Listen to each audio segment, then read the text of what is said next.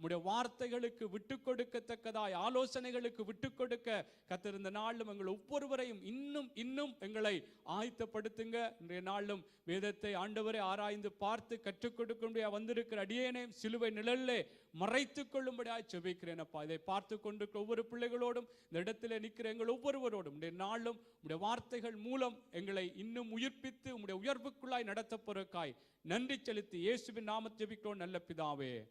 ஆமேன், ஆமேன், ஆமேன். எல்லாரும் அமர்ந்து கொள்வோம். அல்லேலூயா. கர்த்தர் நல்லவர். ஆமேன்.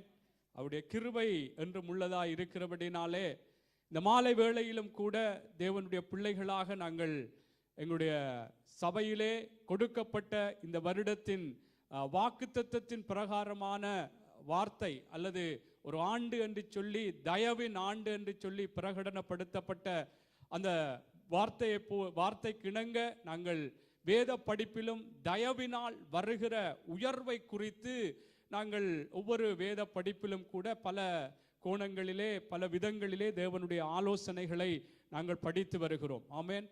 இன்றைக்கும் தெய்வம் நிச்சயமாக வேதம் சொல்லுகிறது, அவர் எங்களுக்காய் இறங்கும்படி காத்திருந்து எங்களுக்காய் மனதுருகும்படி எழுந்தருளி இருக்கிற தெய்வம் என்று சொல்லி. ஆமேன். அவர் எங்களுக்காக இறங்கும்படி, எங்களுடைய வாழ்க்கைகள் உயர்வடைய வேண்டும், எங்களுடைய வாழ்க்கைகள் ஒரு நித்தியத்துக்கு ஏதுவான அந்த வாழ்க்கைகளாய் மாற்றப்பட வேண்டும், இந்த பூமிக்குரிய பிரகாரமாகவும் எங்களுடைய வாழ்க்கையிலே ஆசீர்வாதங்களை கர்த்தர் தர வேண்டும் என்று சொல்லி அவருடைய ஆலோசனைகளை வெளிப்படுத்தும்படியாக அவர் இரக்கத்தின் தேவனாய் எங்கள் மத்தியிலே அவர் எழுந்தருளி இருக்கிறார். ஆமேன். ஆகவே நிச்சயமாய் தேவனுடைய பிள்ளைகளை இன்றைக்கு நாங்கள் வந்தது அல்லது இதை பார்த்து கொண்டிருக்கிற பிள்ளைகளுக்காகலும் சரி, நிச்சயமாய் தெய்வம் உங்களோடு இடைப்பட்டு உங்களோடு பேசும் பொழுது உங்களுக்குள்ளே பல மாற்றங்களை கர்த்தர் நிச்சயமாய் கட்டளையிடுவார். ஆமேன். ஆகவே நாங்கள் இந்த வேத படிப்பிலே தயவினால் வருகிற அந்த உயர்வை குறித்து பல ஆலோசனைகளை பல வழிகளை நான் சொன்னது போல ஆராய்ந்து பார்த்து கொண்டு வருகிறோம். ஆமேன். அவை இந்த ஆராய்ந்து நாங்கள் வேதத்தின் பல வெளிப்பாடுகள் மறைந்து இருக்கிறது, அது வேதமே சொல்லுகிறது. தேவன் அங்கே மறைக்கப்பட்டிருக்கிறது, தேவனுடைய காரியங்கள் மறைக்கப்பட்டிருக்கிறது. அதை ஆராய்ந்து பார்ப்பது எங்களுக்கு மகிமை மேன்மை என்று சொல்லி இருக்கிறபடினாலே நிச்சயமாய் அந்த மேன்மையான காரியங்களை நாங்கள் ஆராய்ந்து பார்க்க எங்களுடைய வாழ்க்கையிலே ஒரு வித்தியாசம், ஒரு மாற்றம், ஒரு திருப்பம் எங்களுக்குள்ளே நிச்சயமாக அநேகருடைய வாழ்க்கைகளே உண்டாகி இருக்கிறது என்று நான் கர்த்தருக்குள்ளே விசுவாசிக்கிறேன். என்றால் இது எந்த மனுஷனுடைய வார்த்தை அல்ல, ஜீவனுள்ள தேவனுடைய உயிர்ப்பிக்கிற தேவனுடைய வார்த்தையா இருக்கிறபடினாலே அந்த வார்த்தைகள் எங்களுக்குள்ளே நிச்சயமாய் ஒரு உயிர்ப்பித்தலை உண்டாக்கி கொண்டிருக்கும். அது சில வேளைகளிலே நாங்கள் வெளிப்படையாக என்னுடைய வாழ்க்கையிலே வெளியரங்கரமான ஒரு மாற்றங்கள் இல்லாவிட்டாலும் உள்ளரங்கமாக பலவிதங்களிலே எங்களுடைய மாற்றங்கள் எங்களுடைய வாழ்க்கையிலே உண்டாகி இருக்கிறது. ஆமேன். அல்லேலூயா. ஆகவேதான் வேதத்திலே நாங்கள் பார்க்கிறோம், அங்கே பெரேயா பட்டணத்தாரை குறித்து வேதம் சொல்லுகிறது, அவர்கள் தேவனுடைய வார்த்தைகள் வேத வாக்கியங்கள் இப்படி இருக்கிறதா என்று ஆராய்ந்து அவர்கள் பார்த்தார்களாம். ஆராய்ந்து பார்த்ததினாலே அவர்கள் நற்குணசாலிகளாய் மாறினார்கள் என்று சொல்லி வேதத்திலே சொல்லப்படுகிறது. அதாவது தெசலோனிக்கியரை பார்க்கிலும் அந்த பட்டணத்தார், பெரேயா பட்டணத்தார் நற்குணசாலிகளாய் மாறினார்கள். ஏனென்றால் வேதத்தை ஆராய்ந்து பார்த்ததினால், வேதத்தில் இன்னும் எப்படி தேவனுக்குள்ளான ஆசீர்வாதமான வழிநடத்தல்கள், என்னுடைய வாழ்க்கைகளிலே ஒரு மாற்றங்கள், என்னுடைய வாழ்க்கையிலே ஒரு உயர்வுகள் எப்படி வரும் என்று சொல்லி வேதத்திலே தேவன் எழுதி வைத்திருக்கிற அந்த ஆலோசனைகளை ஆராய்ந்து பார்த்து அவர்கள் தங்களை ஒப்பு கொடுத்ததினாலே அங்கே வேதம் சொல்லுகிறது, அவர்கள் நற்குணசாலிகளாக மாறினார்கள். இதனாலே இவர்களை பார்த்து அநேகர் விசுவாசித்தார்களாம், தேவனுக்குள்ளாய் மாற்றப்பட்டார்கள் என்று சொல்லி வேதம் சொல்லுகிறது. ஆமென்.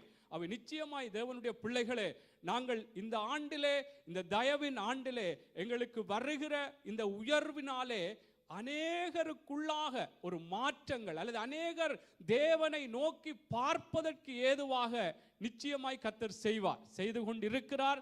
நிச்சயம் வேண்டாம், எங்களுடைய வாழ்க்கையின் மாற்றங்கள் அப்படி இருக்கு. அதனால் அதுதான் அந்த பெரேயா பட்டணத்தாருக்குள்ளும் நடந்த விடயம். அவர்கள் நற்குணசாலிகளாய் இருந்தார்கள், அதனாலே அநேகம் பேர் அங்கே விசுவாசித்தார். அந்த வார்த்தைகள் வாசித்தால் நலமா இருக்கும். ஏனென்றால் இன்றைக்கு எங்களுக்கு மாத்திரமல்ல, இந்த தயவினால் வருகிற உயர்வினாலே அநேகர் தேவனை நோக்கி பார்ப்பதற்கும் தேவனுக்குள்ளாக அவர்கள் தங்களை விட்டு கொடுப்பதற்கும் ஏதுவாயிருக்கும். அப்போஸ்தலர் புஸ்தகம் 17வது அதிகாரம் 10வது 11வது வசனங்களை நாங்கள் வாசிக்கலாம். 10, 11, 12 அல்லது 11, 12 பாருங்கள்.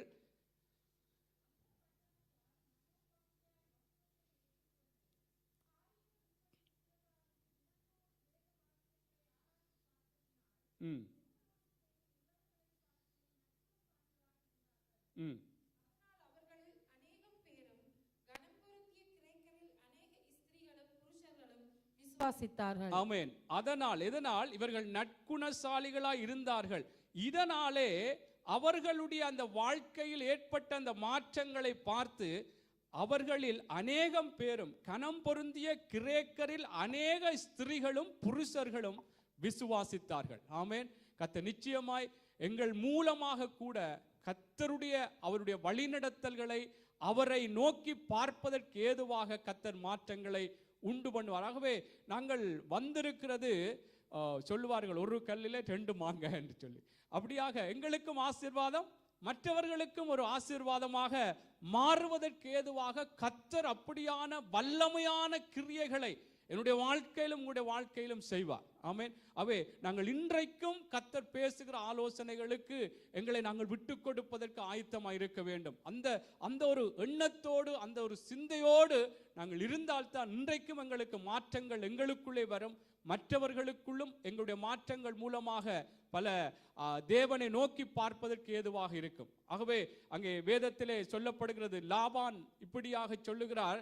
அங்கே அதாவது யாக்கோப்புக்கு முதல் ராகேலை திருமணம் செய்து தருவேன் என்று சொல்லி அங்கே அவர் எப்படியாக அவரோடு பல காரியங்களை பேசி அங்கே பல வருஷங்கள் யாக்கோப்பு அவரிடத்திலே வேலை செய்தார். ஆனால் ஏமாற்றி இளையவளாகிய அங்கே லேயாளை கொடுத்தாள் என்று சொல்லப்படுகிறது. ஆகவே இல்லை, மன்னிக்கவும், மூத்தவளாகிய லேயாள். அதாவது யாக்கோப்பு யாரை விரும்பி யாருக்காக வேலை செய்தார்? ராகேலுக்கு. அதன் பிரகாரம் அவர் உனக்கு நீ இப்படி இத்தனை வருஷம் வேலை செய், ராகேலை உன்னை தருவேன் என்று சொல்லி, ஆனால் அந்த லாபான் என்ன செய்தார் என்றால் ஏமாற்றி மூத்தவளாகிய லேயாளை கொடுத்தார். அதனாலே அங்கே யாக்கோப்பு கேட்கிறார், ஏன் எனக்கு இப்படி செய்தீர்?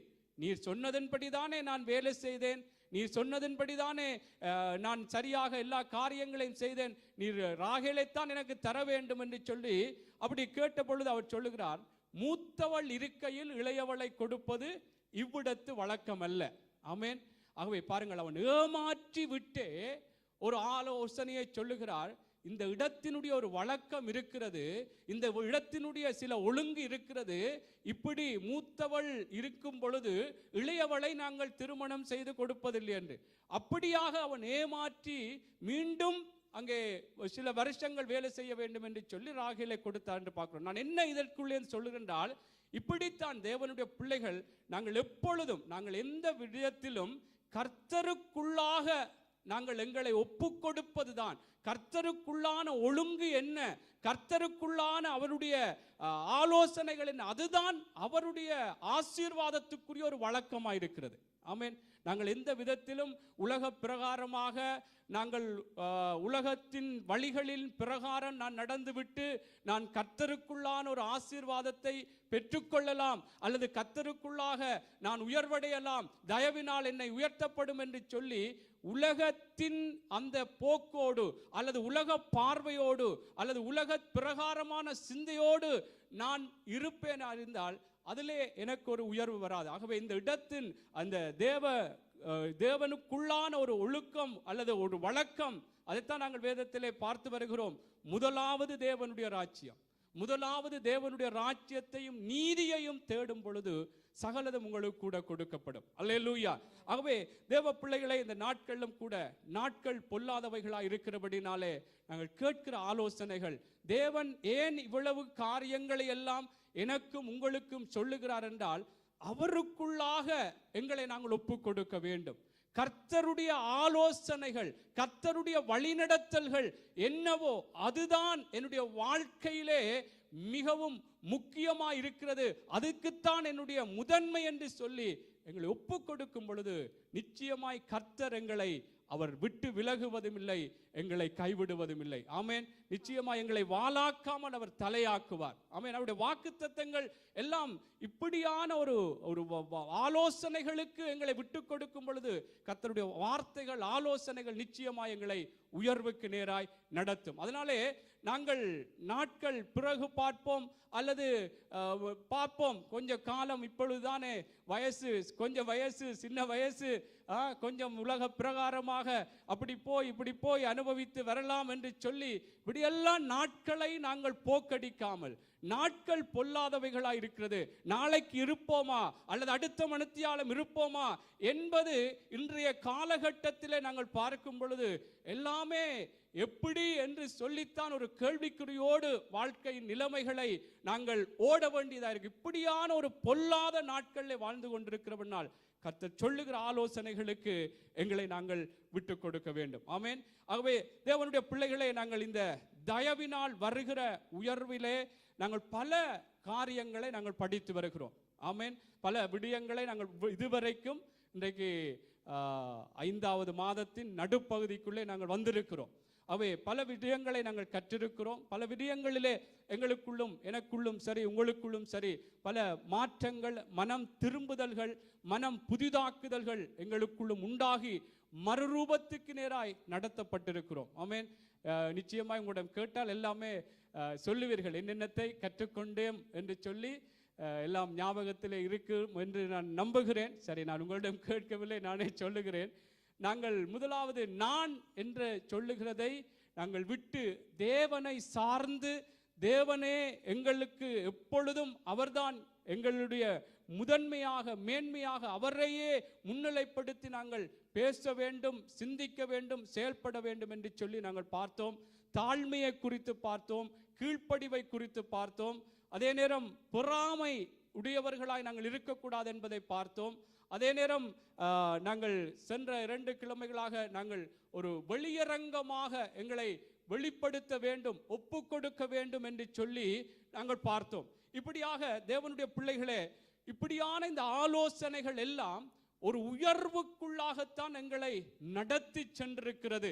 இதிலே நிச்சயமாய் நாங்கள் எந்த விதத்திலும் ஒரு மாற்று கருத்து சொல்வதற்கு இல்லாமல் இருக்கிறது. என்றால் கர்த்தருடைய வார்த்தைகள் எல்லாமே ஒரு உயர்வை நோக்கிய ஒரு ஆலோசனைகள் தான் இதுவரைக்கும் நாங்கள் கற்றுக்கொண்ட ஒரு காரியமாயிருக்கிறது. சென்ற கிழமையிலும் கூட நாங்கள் மேலானவைகளை நாங்கள் நோக்க வேண்டும், தேட வேண்டும் என்று சொல்லத்தக்கதான அந்த வார்த்தைகள் இருந்து பல விடயங்களை நாங்கள் ஊழியக்காரர் மூலமாய் கற்றுக்கொண்டிருக்கிறோம். அவை இந்த நாளிலும் கூட இந்த மேலானவைகள் என்று சொல்லத்தக்கதான அந்த விடயத்திலே இருந்துதான் இன்றைக்கு நாங்கள் கற்றுக்கொள்ள இருக்கிறோம். அந்த வார்த்தையை நாங்கள் வாசிக்கலாம். முதலாவது என்ன, அந்த கொலேசியர்ல புஸ்தகத்திலே 3வது அதிகாரம் 1வது 2வது 3வது வசனம் சொல்லுகிறது, இன்றைக்கும் நாங்கள் தயவினால் உயர்த்தப்படுவதற்கு நாங்கள் மேலானவைகளை தேட வேண்டும். என்ன மேலானவைகள் என்று சொல்லி ஒரு விடயத்தை இன்றைக்கு நாங்கள் கற்றுக்கொள்ள போகிறோம். நிச்சயமாய் எனக்கும் உங்களுக்கும் அது ஆசீர்வாதம் இருக்கும். அதை வாசிக்கலாம். கொலேசியர் 3வது அதிகாரம் அந்த வார்த்தையை வாசித்து விட்டு என்ன காரியம் என்று சொல்லி நாங்கள் பார்ப்போம். நீங்கள் கிறிஸ்துவுடனே கூட எழுந்ததுண்டானால் கிறிஸ்து தேவனுடைய வலது பாரிசத்தில் வீற்றிருக்கும் இடத்தில் உள்ள மேலானவைகளை தேடுங்கள், பூமியில் உள்ளவைகளை அல்ல மேலானவைகளையே நாடுங்கள். ஆமென்.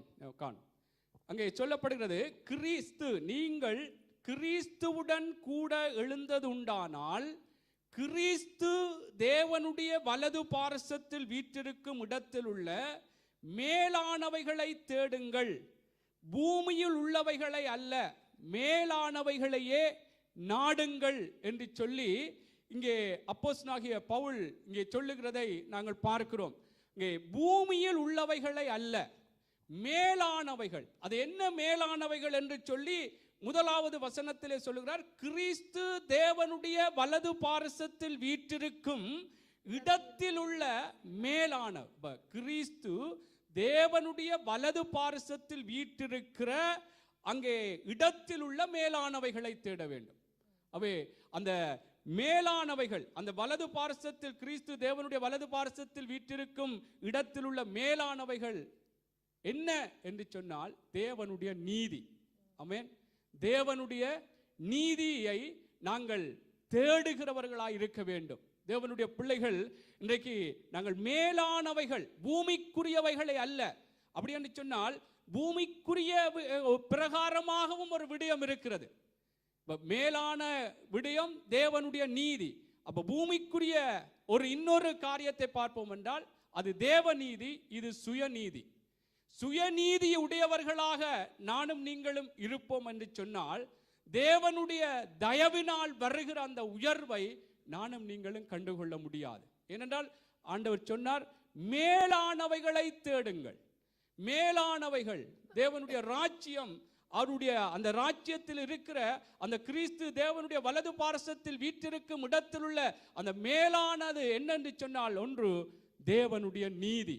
அல்லேலூயா, அல்லேலூயா. இந்த தேவனுடைய நீதி எப்படிப்பட்டதா இருக்கிறது? தேவனுடைய நீதி நீதி என்று சொல்லி நாங்கள் பல விதங்களில் பேசுகிறோம். தேவனுடைய நீதியை, முதலாவது தேவனுடைய ராஜ்யம், நீதியை தேடுங்கள் என்று சொல்லி நாங்கள் பேசி இருக்கிறோம். ஆனால் தேவனுடைய நீதி என்று சொன்னால் என்ன என்று சொன்னால் அதுதான் தேவனுடைய வார்த்தை. தேவன் ஆண்டவராக இயேசு கிறிஸ்து நமக்காய் செய்து முடித்த கிரியைகள் எல்லாம் அவருடைய நீதியா இருக்கிறது. அவர் எங்களுக்கு சொன்ன ஒவ்வொரு ஆலோசனைகளும் நீதியாக இருக்கிறது.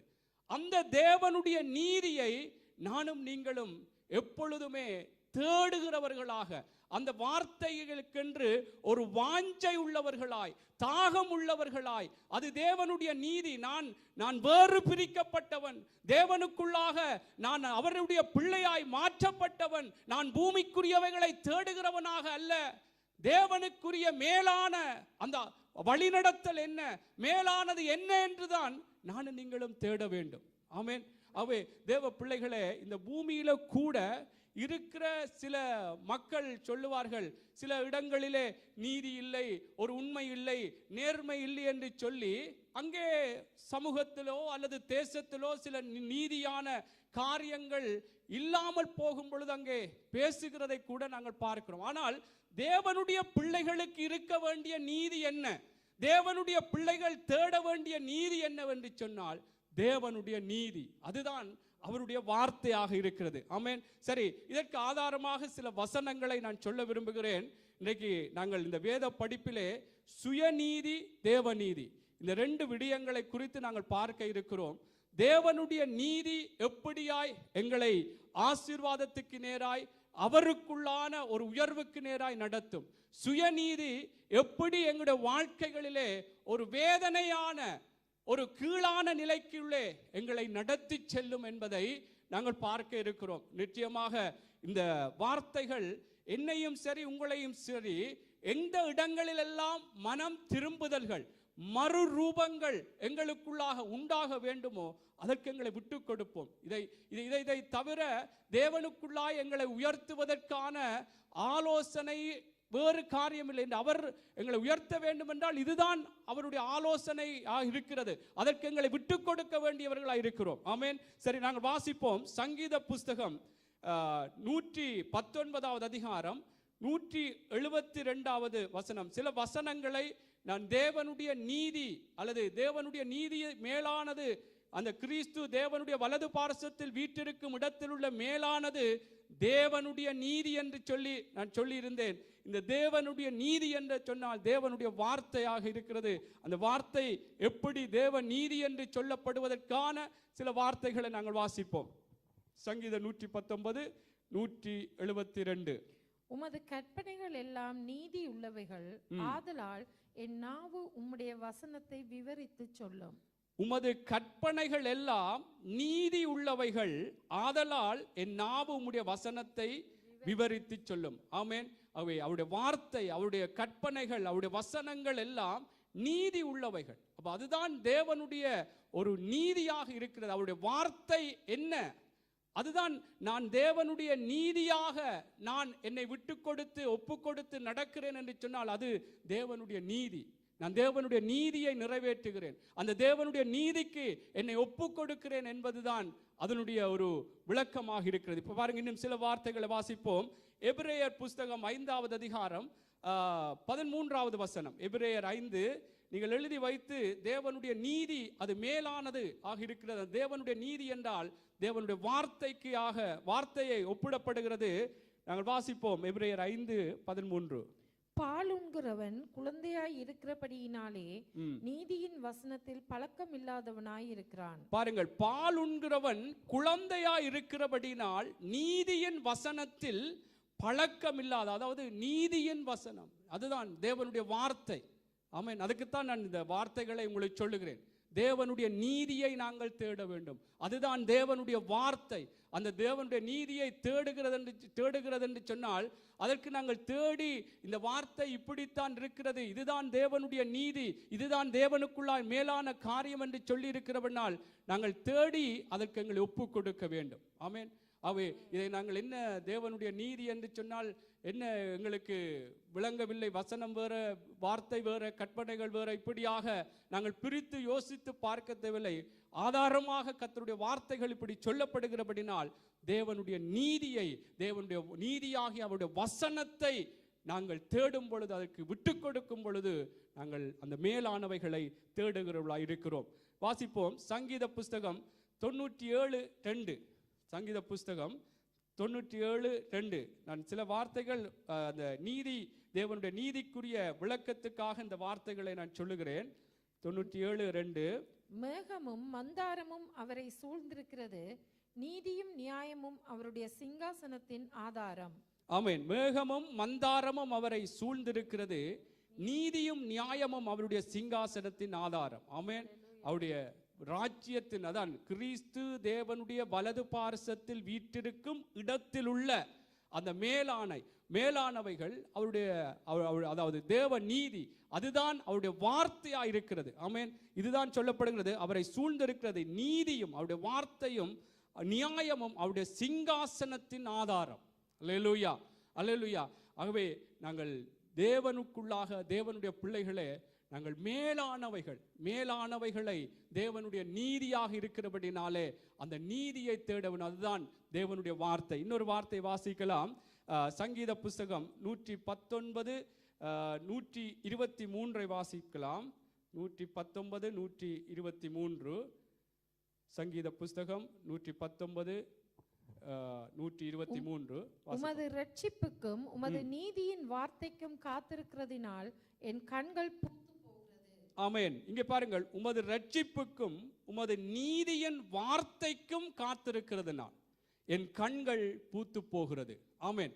நிச்சயமாய் தேவனுடைய பிள்ளைகளே, அந்த தேவனுடைய நீதி, தேவனுடைய வார்த்தை, அதுதான் அவரே எங்களுடைய நீதியாய் இருக்கிறார் என்று நாங்கள் பார்க்கிறோம். அவருடைய வார்த்தை நீதியாய், அதுதான் எங்களுடைய நீதி, தேவனுடைய நீதியாக இருக்கிறது. இந்த நீதிக்கு எங்களை ஒப்பு கொடுக்க வேண்டும். இந்த தேவ நீதி மேலானவைகள், கிறிஸ்து தேவனுடைய வலது பார்சத்தில் வீற்றிருக்கும் இடத்தில் உள்ள மேலானது, இதுதான் தேவ நீதி. நாங்கள் கிறிஸ்துவுடனே எழுந்ததுண்டானால் இந்த தேவனுடைய நீதியாகி அவருடைய வார்த்தையை நாங்கள் எப்பொழுதுமே வாஞ்சியோடு, தாகத்தோடு, ஒரு ஏக்கத்தோடு, விருப்பத்தோடு, நாங்கள் மானானது நீரோடைய வாஞ்சித்து கதறுவது போல அப்படி தேவனுடைய நீதிக்காக எங்களுடைய வாழ்க்கைகள், எங்களுடைய ஒவ்வொரு ஜீவியங்களும் இருக்க வேண்டும். அல்லேலூயா, அல்லேலூயா. ஆகவே தேவ பிள்ளைகளே, தேவனுடைய நீதியை குறித்து நான் இதுவரைக்கும் சொல்லி இருந்தேன். இந்த வார்த்தையை ஒப்பிட்டு நாங்கள் பார்த்தோம். இதே நேரம் எங்களுக்கு எதிராக அல்லது பூமிக்குரியவைகளை அல்ல என்று சொல்லி இன்னொரு வார்த்தையை நாங்கள் பார்த்தோம். பூமிக்குரியவைகளை அல்ல, அதாவது மேலானவைகளையே தேடுங்கள். ஆமென். அப்ப பூமிக்குரிய பிரகாரமாக தேவ நீதிக்கு எதிராக இன்னொரு நீதி இருக்கிறது, சுயநீதி. ஆமென். சுயநீதி. இந்த சுயநீதி என்ன செய்யும்?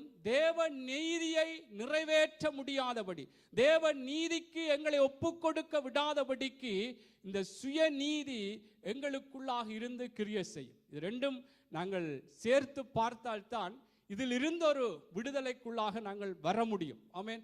சுயநீதி, தேவ நீதியை குறித்து நாங்கள் பார்த்தோம்.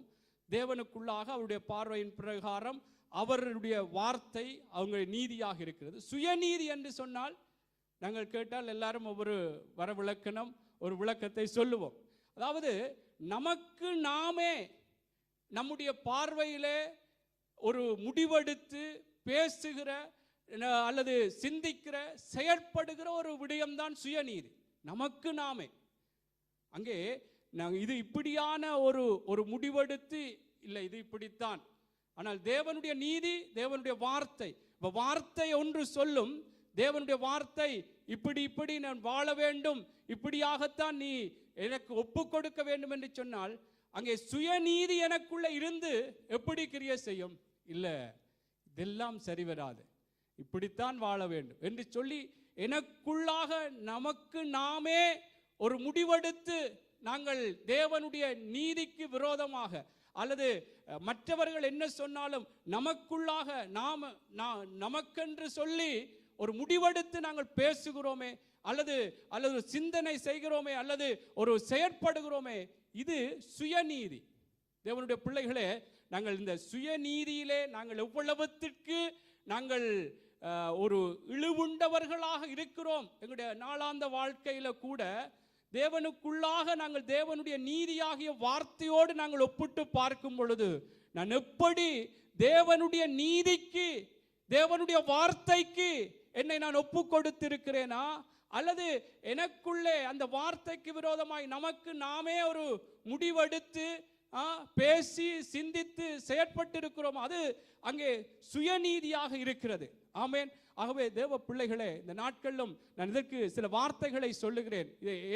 ஏன் நமக்கு நாமே நம்முடைய பார்வையிலே இப்படி ஒரு சரியாக தோன்றுகிறது போல இருக்கிற காரியங்களிலே நாங்கள் முடிவெடுக்கிறது சுயநீதி. ஆனால் தேவனுடைய நீதி, தேவனுடைய வார்த்தை என்னவோ அதன் பிரகாரம் தான் நாங்கள் எங்களை விட்டு கொடுக்க வேண்டும். அந்த நீதி தேவனுக்குள்ளாக தேவனுடைய பார்வையில் என்ன சொல்லப்படுகிறது, தேவன் என்ன சொல்லுகிறார், அதுதான் தேவ நீதி. அதை விட்டு நான் என்னுடைய பார்வையில் இல்லை இதெல்லாம் சரி வராது, இப்படித்தான் நான் இருப்பேன், எனக்கு இப்போதைக்கு எல்லாம் கஷ்டம், சில விடயங்களை கர்த்தர் சொல்லும் பொழுது நாங்கள் அது அவருடைய நீதி, இதுதான் மகனே என்னுடைய ஒரு நீதியா இருக்கிறது, இந்த நீதியை நிறைவேற்று என்று சொல்லும் பொழுது அதற்கு நான் ஒரு மாறுத்தரமாக நான் ஒரு முடிவெடுத்து சொல்லுகிறேன். அங்கே சுயநீதி, அந்த சுயநீதி எங்களை விட்டு அகல. அது பூமிக்குரியவைகள், தேவனுக்குரிய மேலானது தேவ நீதி. ஆகவே தேவ பிள்ளைகளை, இந்த காலகட்டங்களில் இதுவரைக்கும் நாங்கள் பல விதங்களிலே எங்களுடைய மனம் போன போக்கிலே எங்களுடைய மனசும் மாம்சமும் விரும்புகிறது போல நடந்திருக்கலாம். ஆண்டவருடைய வருகை அது சீக்கிரமாக இருக்கிறபடினாலே அவருடைய வருகைக்குரிய பல காரியங்கள் சம்பவித்துக் கொண்டிருக்கிறது. ஆகவே இந்த நாட்களில் நாங்கள் இன்னும் தேவ நீதிக்கு எங்களை ஒப்புக் கொடுக்காமல், மேலானவைகள் என்று சொல்லுகிற தேவனுடைய நீதிக்கு எங்களை ஒப்புக் கொடுக்காமல், தேவனுடைய வார்த்தைக்கு எங்களை ஒப்புக் கொடுக்காமல், என்னுடைய பார்வையிலே நான் எடுக்கிறது தான், நான் சொல்லுகிறது தான் சரி, இப்படித்தான் நான் வாழுவேன் என்று சொல்லி அந்த சுயநீதியிலே வாழ்வேன் என்றால் நான் தேவனாலே வருகிற அந்த உயர்வை கண்டுகொள்ள முடியாது. வாசிக்கலாம். நீதிமொழிகள் புஸ்தகம் 30வது அதிகாரம் 12வது வார்த்தை அல்லது முதலாவது பிரசங்கி புஸ்தகத்தை வாசிப்போம். 7வது அதிகாரம் 15வது வசனம். பிரசங்கி: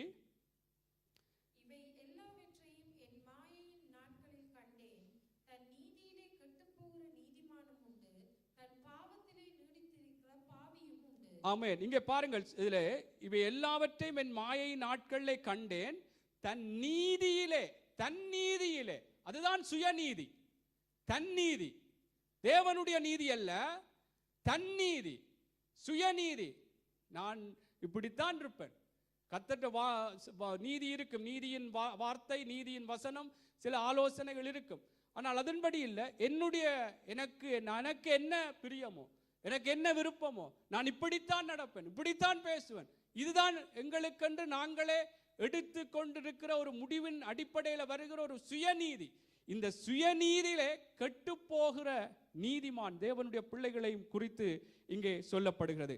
ஆகவே இந்த சுயநீதி எங்களுக்குள்ளே நிச்சயமாய் பல நேரங்களிலே தேவனுடைய நீதியாகி அவருடைய வார்த்தைக்கு விட்டு கொடுக்காதபடிக்கு பல விதங்களிலே பல நேரங்களிலே அது எங்களுடைய சூழ்நிலைகளுக்கு ஏற்றது போல இது சரியென்று சொல்லத்தக்கதாகத்தான் அந்த சுயநீதி எங்களுடைய பார்வையிலே அது சரியாக தோன்றத்தக்கதாக அது சொல்லும். இப்படித்தான் நீ செய்ய வேண்டும், இதெல்லாம் சரிவரா, இதற்கெல்லாம் இப்படி எல்லாம் தாழ்ந்து போக இயலாது, அல்லது இப்படியெல்லாம் மன்னிக்க முடியாது, இப்படியெல்லாம் அன்பு கூற முடியாது, இப்படியெல்லாம் இவர்கள் சொல்லுகிற நேரத்துக்கெல்லாம் சபை கூடி வர முடியாது என்று சொல்லி பல காரியங்கள் தேவனுக்குள்ளாய் தேவனுடைய நீதியாகிய வார்த்தையின் பிரகாரம் வருகிற ஆலோசனைகளுக்கு விட்டு கொடுக்க முடியாதபடி அங்கே தடை பண்ணுகிறது சுயநீதி.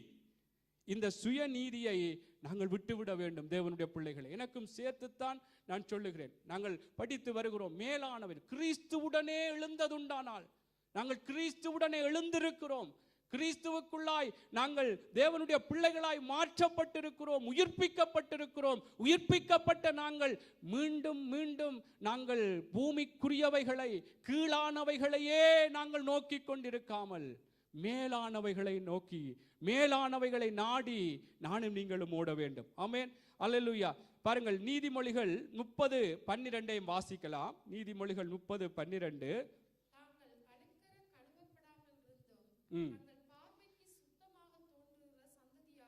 பாருங்கள், தாங்கள் அழுக்கற கழுவப்படாமல் இருந்தும் தங்கள் பார்வைக்கு, இதுதான் சுயநீதி.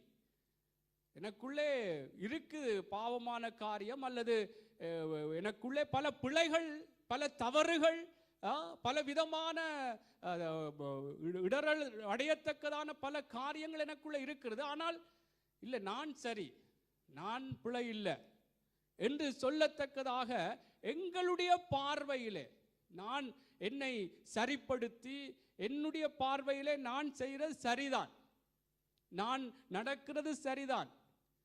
அது எனக்குள்ளே பாவம் இருக்கலாம், அது அது அது பெரிய காரியம் இல்லை, அதெல்லாம் பெருசு இல்லை. மற்றவங்க இப்படியெல்லாம் பெரிய பெரிய இதெல்லாம் அவங்கள் எல்லாம் நீங்கள் தண்டையில் இதெல்லாம் அதுதான் சுயநீதி.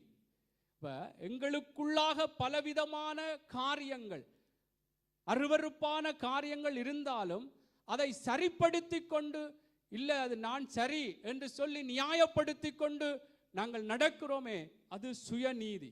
தேவனுடைய பிள்ளைகளே, இந்த நாளிலும் கூட இதை நாங்கள் வேறு பிரித்து நாங்கள் மேலானவைகளை நாடும்படியாய் எங்களை ஒப்பு கொடுத்தால் நிச்சயமாய் அந்த தயவினால் வருகிற அந்த ஆசீர்வாதத்தை நாங்கள் பெற்றுக்கொள்ள முடியும். பாருங்கள், இப்படியான அந்த சுயநீதி, அதாவது மனுஷ நீதி, மனுஷீக நீதி, எங்களுக்கு எல்லாரும் தெரியும் எப்படி எப்படி நாங்கள் எங்களுக்கென்ற ஒரு நீதியை வைத்திருப்போம்.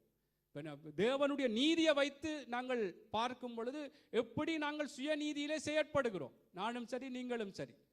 இந்த சுயநீதி, இந்த மனுஷ நீதி எங்களுக்கு அது ஆசீர்வாதத்தை கொண்டு வராது. நீங்கள் பாருங்கள், ஏசாயா புஸ்தகம் 64:6 வாசிப்போம். ஏசாயா 64:6 அங்கே எப்படியாக அங்கே ஏசாயா சொல்லுகிறார் என்று சொல்லி அதிலே சொல்லப்படுகிறது.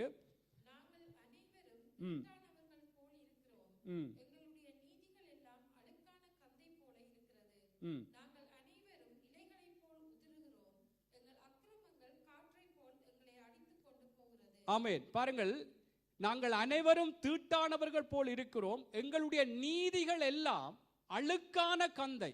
சில வேளைகளிலே சில வேளைகளிலே நாங்கள் இப்போ இதற்கு முன்பதாக வாசித்தது போல எங்களுக்குள்ளே சில பாவங்கள், சில தேவனுக்கு பிரியமில்லாதபடி உலகத்தில் கூட வெறுக்கத்தக்கதான பல காரியங்களை வைத்துக்கொண்டு கூட நான் சரி, நான் பிழை இல்லை என்று சொல்லி நியாயப்படுத்தி தங்களுடைய சுயநீதியிலே பேசுகிறவர்களும் உண்டு.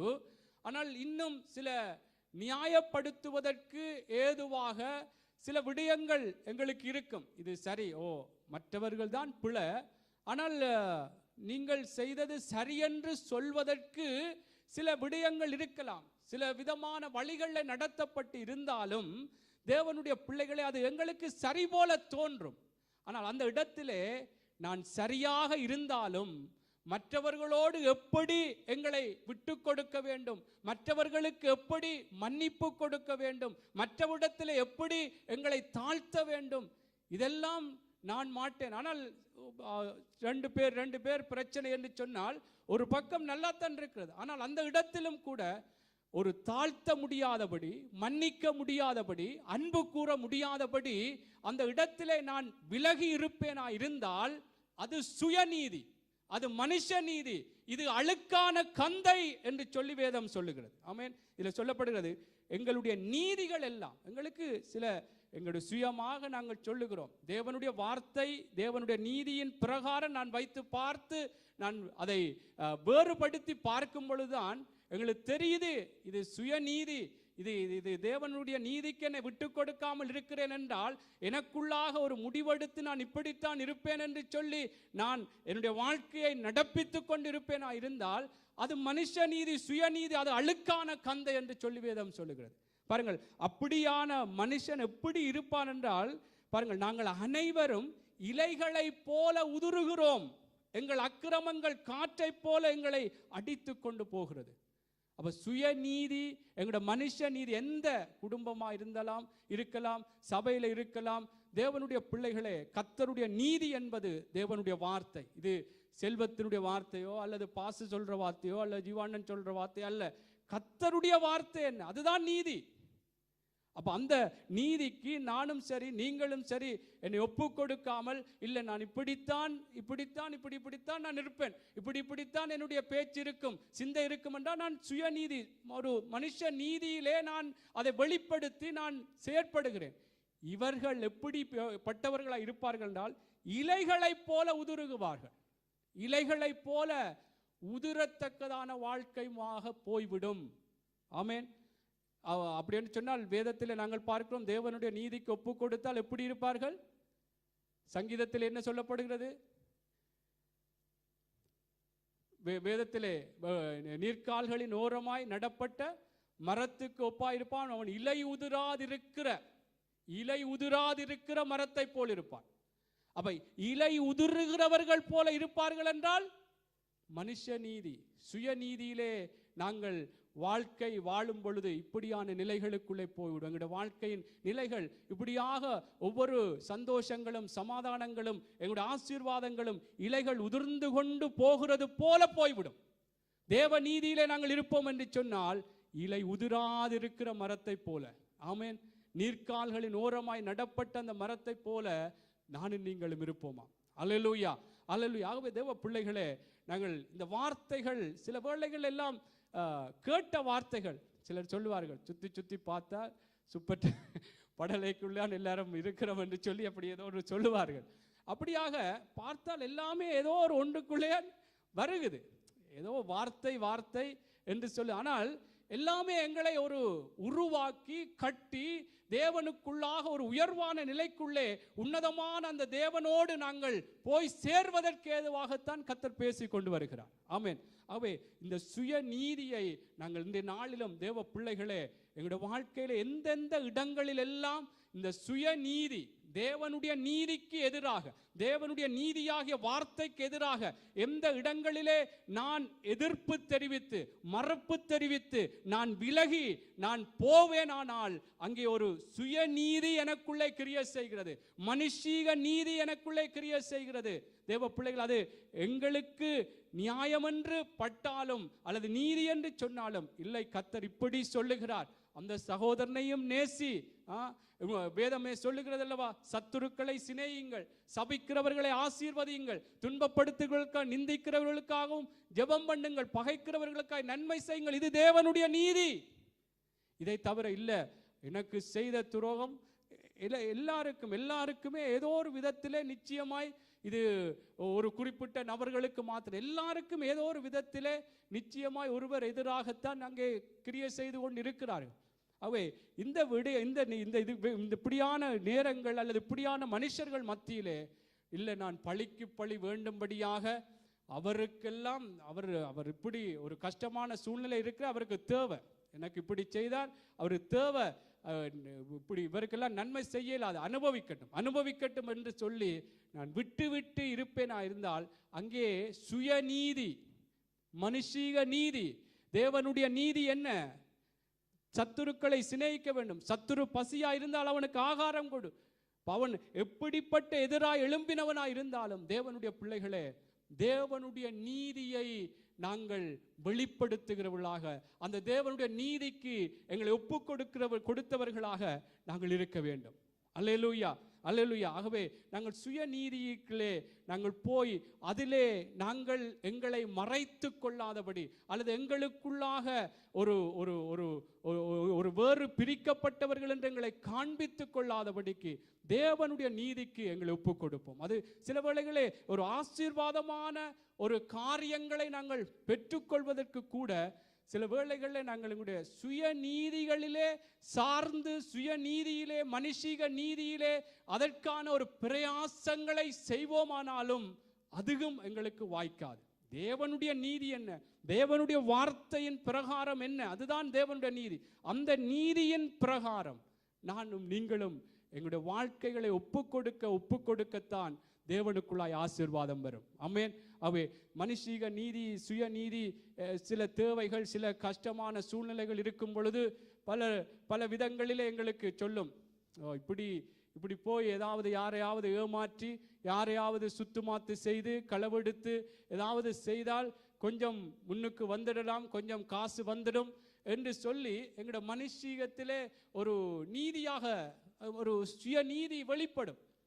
ஆமென். என்று அது எங்களுடைய பார்வைக்கிலே அது எங்களுக்கு ஏதோ நல்லது போல தோன்றும். அதனால தான் நாங்கள் வாசித்தோம், தன் பார்வையிலே எப்படியாய் கெட்டு போகிற அந்த நீதிமான் தன்னுடைய பார்வையின் பிரகாரம் அது சரி என்ற, என்னுடைய கஷ்டத்திலே ஒரு ஒரு ஒரு ஒரு மேலாக வர வேண்டும், ஒரு உயர்வாக வர வேண்டும், அதனால இப்படி செய்யறது பிழை இல்லை என்று சொல்லி எனக்குள்ளே ஒரு நீதியை ஏற்படுத்தி கொண்டு, ஒரு நீதியை எங்களுக்குள்ளாய் வருவித்து கொண்டு நாங்கள் அந்த சுயநீதியிலே சார்ந்து தேவனுடைய பிள்ளைகளை அவைகளுக்குள்ளே ஈடுபடுவோமா இருந்தால் அது எங்களுக்கு வேதனையைத்தான் கொண்டு வரும், அது கஷ்டத்தை தான் கொண்டு வரும். சில வேளைகளே நாங்கள் நல்ல முறையாக தேவனுடைய வார்த்தைக்கு விட்டு நாங்கள் உலக பிரகாரமாக கூட சில முயற்சிகளை எடுத்து கூட நாங்கள் எங்களுடைய சுயநீதியிலே நாங்கள் இப்படி செய்து பார்ப்போம், அல்லது இப்படியாக ஒரு முயற்சி செய்து பார்ப்போம், நான் என்று சொல்லி தேவனுடைய பிள்ளைகளே நாங்கள் உலக பிரகாரமான ஒரு பார்வையோடு, உலக பிரகாரமான ஒரு போக்கோடு நான் போய் செயற்படுவேன் இருந்தால் அதுவும் வேதனை தான். நான் சில வார்த்தைகளை வாசிக்க விரும்புகிறேன். உங்களுக்கு தெரியும், மத்தேயுவில் இருக்கிறது, மனுஷன் உலகம் முழுவதையும் ஆதாயப்படுத்தி கொண்டாலும் தன் ஜீவனை நஷ்டப்படுத்தினால் அவனுக்கு லாபம் என்ன? எவ்வளவத்தை மனுஷீக ரீதியிலே எங்களுடைய சுய நீதியிலே கூட நாங்கள் செயற்பட்டு பல விதங்களிலே ஒரு வெற்றிக்குள்ளாக இந்த பூமியிலே வந்தாலும் அது கூட எங்களுக்கு ஆசீர்வாதம். தேவனுடைய நீதியாகிய வார்த்தைக்கு அந்த மேலானதை நான் தேடவில்லை என்று சொன்னால் அதுவும் எங்களுக்கு வேதனையாக போகும். நாங்கள் ஒரு வார்த்தை வாசிப்போம். ஏசாயா புஸ்தகம் 17வது அதிகாரம் 10வது வசனம். ஏசாயா 17:10-11 வாசிப்போம். உன் பெலமாகிய கன்மலையை நீ நினையாமல் இரட்சிப்பாகிய தேவனை மறந்தாய். ஆதலால் நீ நேர்த்தியான நாற்றுகளை நட்டாலும் அந்நிய தேசத்து கன்றுகளை வைத்தாலும் பகல் காலத்திலே உன் நாற்றை வளரவும் விடியற்காலத்திலே உன் விதையை முளைக்கவும் பண்ணினாலும் பலனை சேர்க்கும் நாளிலே துக்கமும் கடும் வேதனையுமே உங்கள் அறுப்பாயிருக்கும். ஆமென். இங்கே பாருங்கள், அருமையான ஒரு வார்த்தை சொல்லப்படும். உன் பலமாகிய கன்மலையை நீ நினையாமல் உன் இரட்சிப்பாகிய தேவனை மறந்தாய்.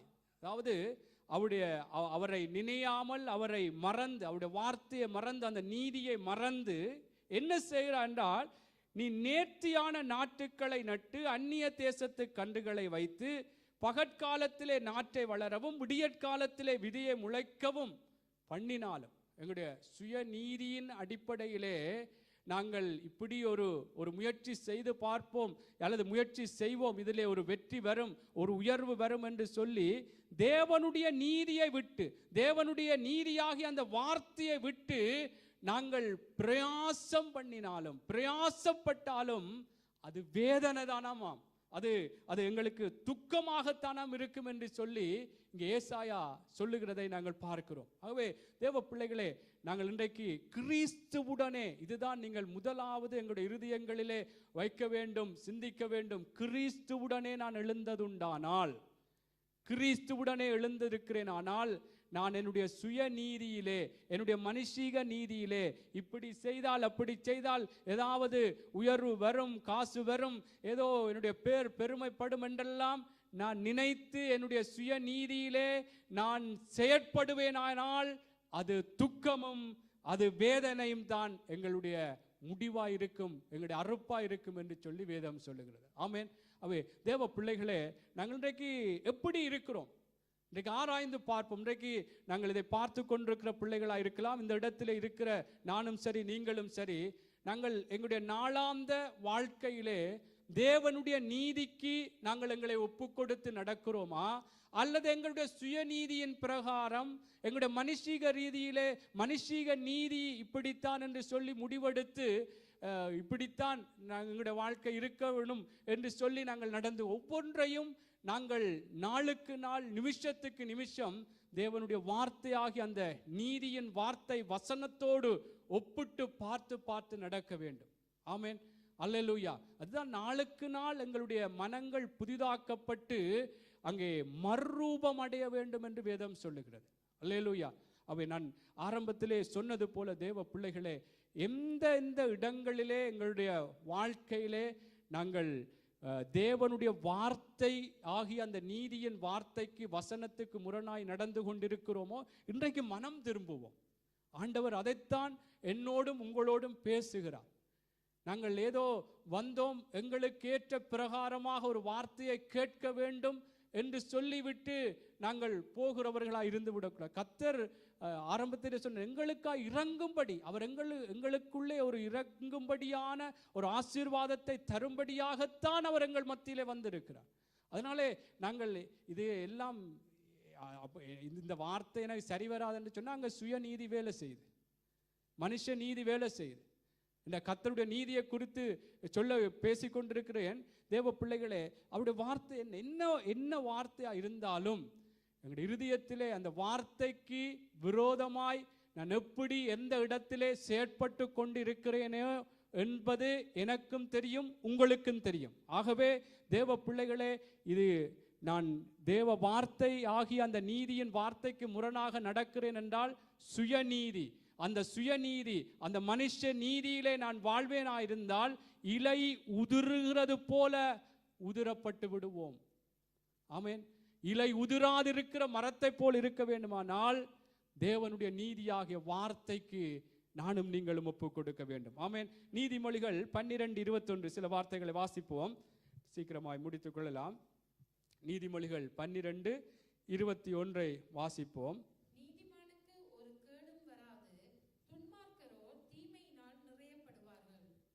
ஆமென். 12:21. ஓகே.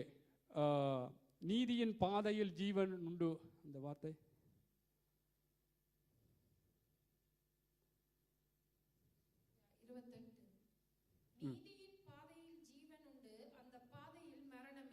ஆமென். நீதியின் பாதையில் ஜீவன் உண்டு. அதுதான் தேவனுடைய நீதியின் அந்த வார்த்தையின் படி நாங்கள் நடக்கும் பொழுது அங்கு ஜீவன் உண்டா. ஆமென்.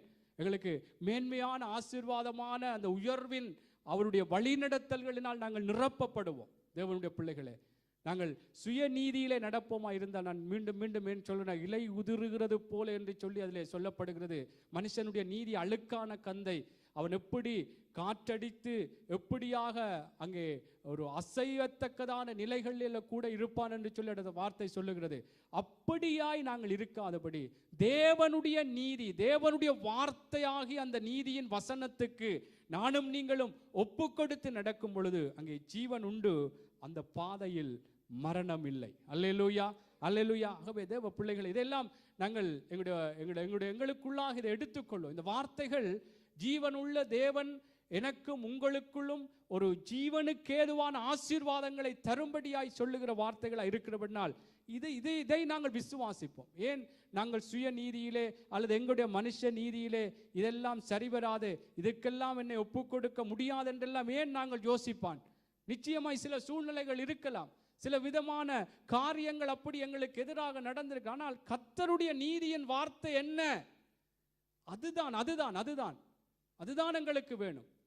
அன்பு கூறுகிறது, எல்லாரையும் நேசிக்கிறது, எல்லாரிடத்திலும் ஒரு ஒரு மன்னிப்பு கொடுக்கிறவர்களாயும் இருக்க வேண்டும், நாங்கள் மன்னிப்பு கேட்கிறவர்களாயும் இருக்க வேண்டும். இது நீதி, தேவனுக்குள்ளாக நீதி. அல்லேலூயா. தேவனுடைய பிள்ளைகளே, நாங்கள் இதிலே கர்த்தருடைய நீதி, அவர் எங்களுக்காக இயேசு கிறிஸ்து செய்து முடித்த கிரியைகள் எல்லாம் நீதி. அவருடைய தளம்புகளால் சுகமாகிறோம். ஆமென். இப்படி எவ்வளவோ தேவனுடைய அற்புதமான நீதியின் வார்த்தைகளினாலே நாங்கள் ஜீவனுக்குள்ளாய் நடத்தப்படத்தக்கதாய், ஜீவனுக்கு ஏதுவான ஆசீர்வாதங்களை சுதந்தரித்துக் கொள்வதற்கு ஏதுவாக கர்த்தர் எங்களுக்கு எழுதி வைத்திருக்கிறவனால் எங்களுடைய சுய நீதிகளை விடுவோம். ஆமென். எங்களுடைய மனுஷீக நீதியிலே நாங்கள் நடக்காதபடி இன்றைக்கு எங்களை ஒப்பு கொடுக்க வேண்டும். அல்லேலூயா. அப்படி வாசிப்போம். 11வது அதிகாரம், நீதிமொழிகள் 11:6 வாசியுங்கள்.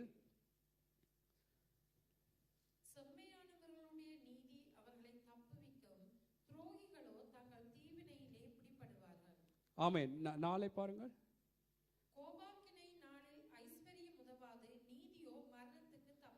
ஆமென். கோபாக்கினை நாளில் ஐஸ்வர்யம் உதவாது, நீதியோ மரணத்துக்கு தப்புவிக்கும். இந்த நீதியோ என்று சொல்லுகிற இந்த வார்த்தையில தேவனுடைய வார்த்தை வசனத்தின் பிரகாரம் நான் நடப்பேனா இருந்தால் எங்களுக்கு மரணத்துக்கு ஏதுவான பல எதிரான சூழ்நிலைகள் வந்தாலும் கர்த்தரங்களை தப்புவித்து நடத்துவார். இந்த நீதி என்று சொல்லும் பொழுது அவருடைய வார்த்தையை வைத்து பாருங்க. அவருடைய வார்த்தை அந்த நீதியினால் என்னை உயிர்ப்பியும் என்றெல்லாம் சங்கீதக்காரன் சொல்றார். அவருடைய வார்த்தை, அவருடைய வசனம் நீதியின் வார்த்தையாகிய அவருடைய ஆலோசனையினால் ஆமென் எங்களை அவர் உயிர்ப்பிக்கிறவர், மரணத்துக்கு கூட அவர் தப்புவிக்கிற தேவனாக இருக்கிறார். ஆமென். அவர் தேவனுடைய பிள்ளைகளை, ஏன் இந்த வார்த்தைகளை நான் அதிகமாய் எடுத்து வந்தேன் என்றால், இன்னைக்கு எங்களுடைய வாழ்க்கையில் இந்த வார்த்தைகள் ஒரு ஜீவனாக மாற வேண்டும். ஆமென். இந்த வார்த்தைகள் எங்களுக்குள்ளாக ஒரு 30, 60, 100 எங்களுடைய சுய நீதிகளை அழிக்கத்தக்கதாய், இந்த மனுஷீக நீதிகள் இருந்து நாங்கள் விடுதலை பெற்று தேவனுடைய நீதிக்கே நான் ஒப்பு கொடுப்பேன். ஒவ்வொரு காரியங்களிலும் கர்த்தருடைய நீதிதான் முக்கியம், அதுதான் மேலானவை. மற்ற சுய நீதியாகி என்னுடைய பார்வையிலே நான் தேவனுடைய வார்த்தைக்கு முரணாக செய்கிற அந்த சுய நீதி அது பூமிக்குரியது, அது தேவனுக்கு பிரியமில்லாதது என்று சொல்லி தேவ பிள்ளைகளே இன்றைக்கு நாங்கள் ஒப்பு கொடுக்க வேண்டும் கர்த்தருடைய நீதிக்கு, கர்த்தருடைய நீதியாகிய அவருடைய வார்த்தைகளுக்கு. அல்லேலூயா, அல்லேலூயா. ஆகவே இந்த நாளிலும் கூட நான் 2 காரியங்களை உங்களுக்கு சொல்ல விரும்புகிறேன். இந்த சுயநீதி உடையவர்கள் எப்படிப்பட்டவர்களாக இருப்பார்கள் என்று சில விடயங்களை நான் பார்த்தோம். நான் வேதத்திலே ஒரு வேதத்தில் எழுதப்பட்ட மனுஷர்கள் எப்படியாக அவர்களுடைய வாழ்க்கையிலே அந்த சுயநீதியிலே அவர்களுடைய மனுஷீக நீதியிலே அதை செயற்படுத்தினார்கள், தேவனுடைய நீதிக்கு ஒப்பு கொடுக்காமல், அல்லது தேவனுடைய வார்த்தையின் ஆகிய அந்த ஆலோசனையின் பிரகாரம் தங்களுடைய வாழ்க்கையிலே நடந்த சம்பவங்களுக்கு எப்படி அவர்களுடைய பிரதியுத்தரம் இருந்தது என்பதை நாங்கள் பார்ப்போம். உங்களுக்கு தெரிந்த வார்த்தைகள் தான். ஆதாம் ஏவாளுடைய காரியம், ஆதியாகமம் புஸ்தகம் 3வது அதிகாரம் 9வது வசனத்திலிருந்து 13வது வசனம் வரைக்கும் நாங்கள் வாசிக்கலாம். உன் எல்லா விளைவின் முதற் பலனாலும் கர்த்தரை கனம் பண்ணு. அப்பொழுது உன் களஞ்சியங்கள் பூரணமாய் நிரம்பும், உன் ஆலைகளில் திராட்சை ரசம் புரண்டோடும். என் மகனே, நீ கர்த்தருடைய சிட்சையை அற்பமாக எண்ணாதே. ஆதியாகமம் 3:9-13. அப்பொழுது தேவனாகிய கர்த்தர் ஆதாமை கூப்பிட்டு, நீ எங்கே இருக்கிறாய் என்றார். அதற்கு அவன், நான் தேவருடைய சத்தத்தை தோட்டத்திலே கேட்டு நான் நிர்வாணியாய் இருப்பதினால் பயந்து ஒளித்து கொண்டேன் என்றான். அப்பொழுது அவர், நீ நிர்வாணி என்று உனக்கு அறிவித்தவன் யார்? புசிக்க வேண்டாம் என்று நான் உனக்கு விலக்கின விருட்சத்தின் கனியை புசித்தாயோ என்றார். அதற்கு ஆதாம், என்னுடனே இருக்கும்படி தேவரே தந்த ஸ்திரியானவள் அவ்விருட்சத்தின் கனியை எனக்கு கொடுத்தால் நான் புசித்தேன் என்றான். அப்பொழுது தேவனாகிய கர்த்தர் ஸ்திரியை நோக்கி, நீ இப்படி செய்தது என்ன என்றார்.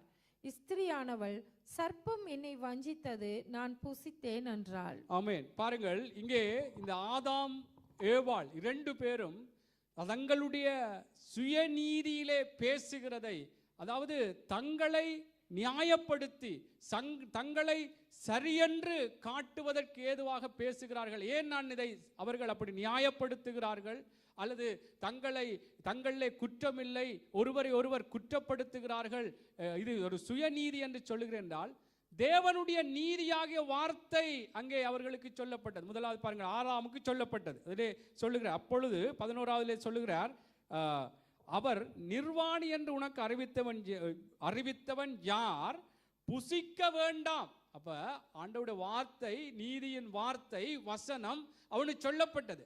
நீ புசிக்காத, புசித்தால் அங்கே நீ சாகவே சாவா என்று சொல்லி முதலே சொல்லப்பட்ட. ஆனாலும் கேட்கிறார், நான் உனக்கு விலக்கின விருட்சத்தின் கனியை புசித்தாயோ என்று கேட்ட பொழுது அவனுடைய பதில் உண்மையாக தேவனுடைய நீதியின் பிரகாரம், வார்த்தையின் பிரகாரம் என்ன சொல்லி இருக்கணும்?